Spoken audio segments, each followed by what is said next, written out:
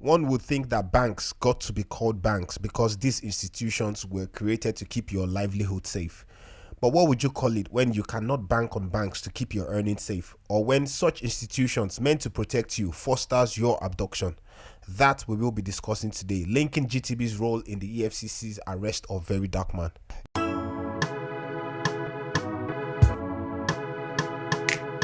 Yes, y'all, welcome to the Mango Drop, where we bring you sweet mango slices of everything happening around you in Nigeria and to the rest of the world. So let's get right into it and sink our teeth into these juicy mangoes. So in this case of verydarkman's arrest, it's a dramatic tale of activism and unclear allegations. So let's do a quick recap on everything we know so far.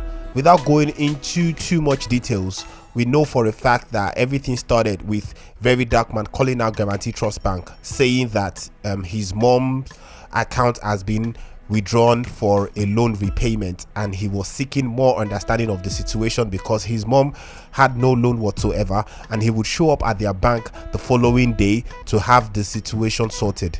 Fast forward to verydarkman getting to the bank. The next thing we all heard was that EFCC has arrested verydarkman while he was at the bank.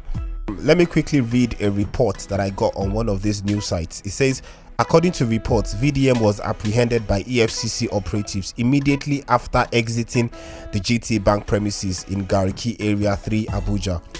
His legal counsel, Deji Adeyanju, stated that VDM was detained by officers from the EFCC Special Duty Committee, Unit 4. The arrest was reportedly based on petitions filed against him, although specific details of these petitions have not been disclosed.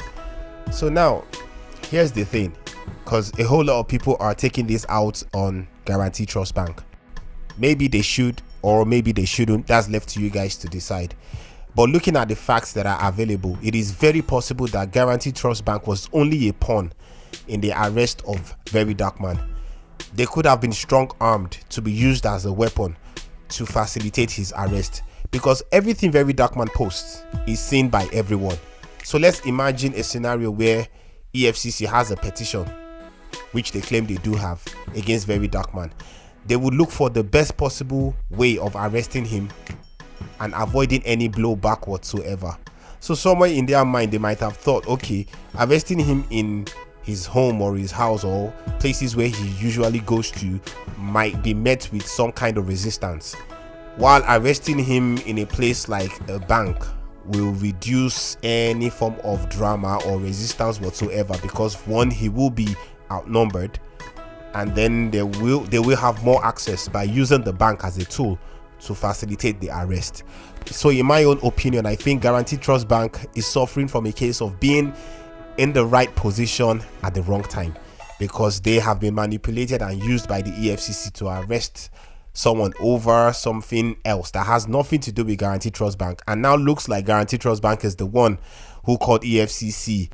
All over the internet, on Instagram and on X, there are videos of people destroying their ATM cards that belong to Guarantee Trust Bank. There are people who have gone to the bank saying they closed down their accounts, and there are still further people who said on Monday they will go to the bank to close their accounts.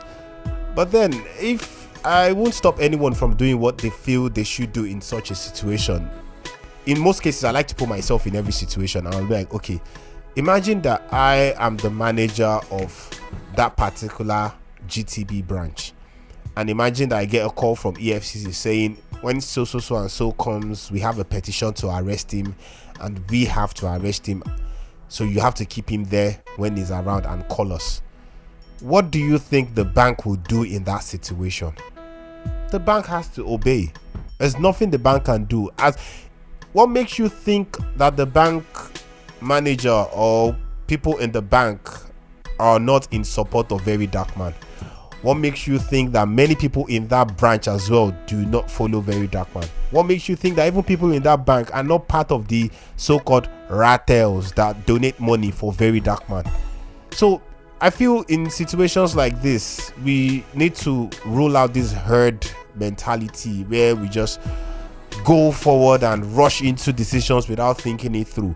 I'm not absolving Guarantee Trust Bank of any fault right now. I am just saying it is bigger than we think, and Guarantee Trust Bank might just be a victim in this situation as well, because currently what is going on in Nigeria is a case of being oppressed so easily, and anything can be used against you as a tool to oppress you.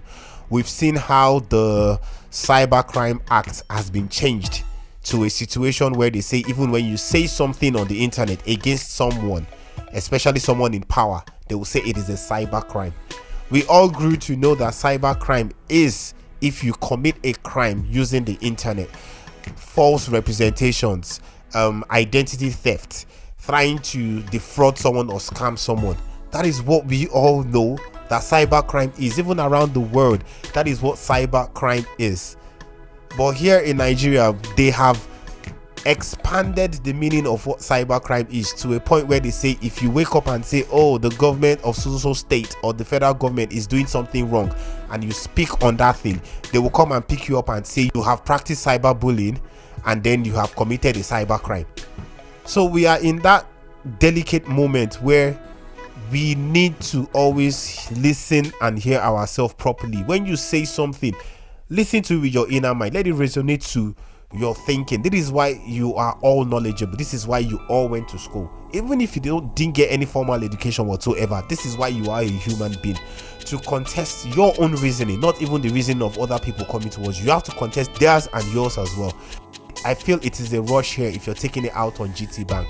We do not know the extent of the role that they played in this arrest, but in most cases, it is likely that they were called and told to do so and so. Keep Very Dark Man here until we get there.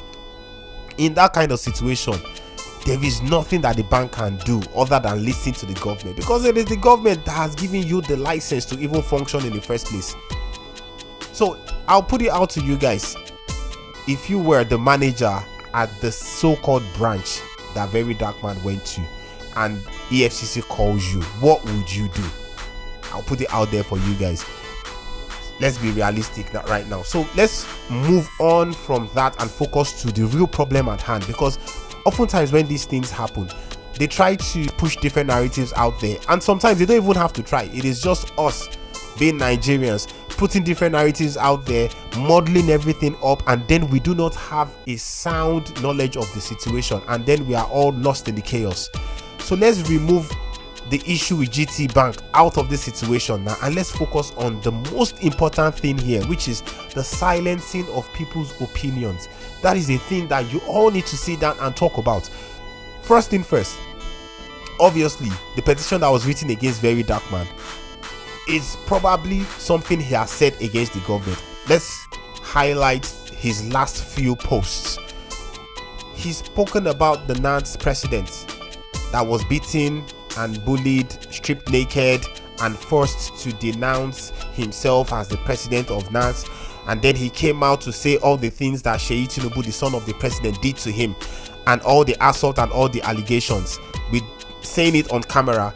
And then even the place where they were hosting the inauguration, thugs came into the place and beat them up and dismantled the whole place. But unfortunately, there's no real proof. There's no real evidence other than what these guys are saying, because every form of evidence that could be used has been destroyed, as those victims claimed. Now, Very Dark Man spoke about the situation, called the government out. He also spoke about the government and what they are doing concerning the herdsmen that are attacking villages around Kaduna and the environs, and pointing fingers at the government and whatnot. That's two. And also he spoke about Wike and the APC crash and everything that is going on in that space as well. So now these are 3 posts questioning those in power. So why would you think that his arrest is coming from GTB? GT is just a tool that was used in facilitating the arrest. I think that is clear right now. Now the question we should ask ourselves is, which one of his recent posts might have led to EFCC's involvement? And if you would ask me, as we have seen in the past, it is the last 3 posts that he has made questioning the government and the role they have played in certain situations. So the EFCC are yet to make an official statement to disclose the exact reason why they have arrested verydarkman, and also whatever reason it may be, I am very sure that it is a civil arrest, and I still do not know why our bail system is literally not functioning right now, because civil cases will be met with so much aggression and so much force, and you will get to question and ask yourself that shouldn't these cases be decided by a court? If you have a civil case against someone, it is for you to serve that person court papers demanding them to appear in court. It has nothing to do with locking them up. It has nothing to do with torturing them. It has nothing to do with depriving them their freedom, except when they do not show up to court, and if they do not show up for questioning, and if they are on the run. That is when you will meet it with further aggression. So that is all for today at the Mango Drop. See you on the next bit.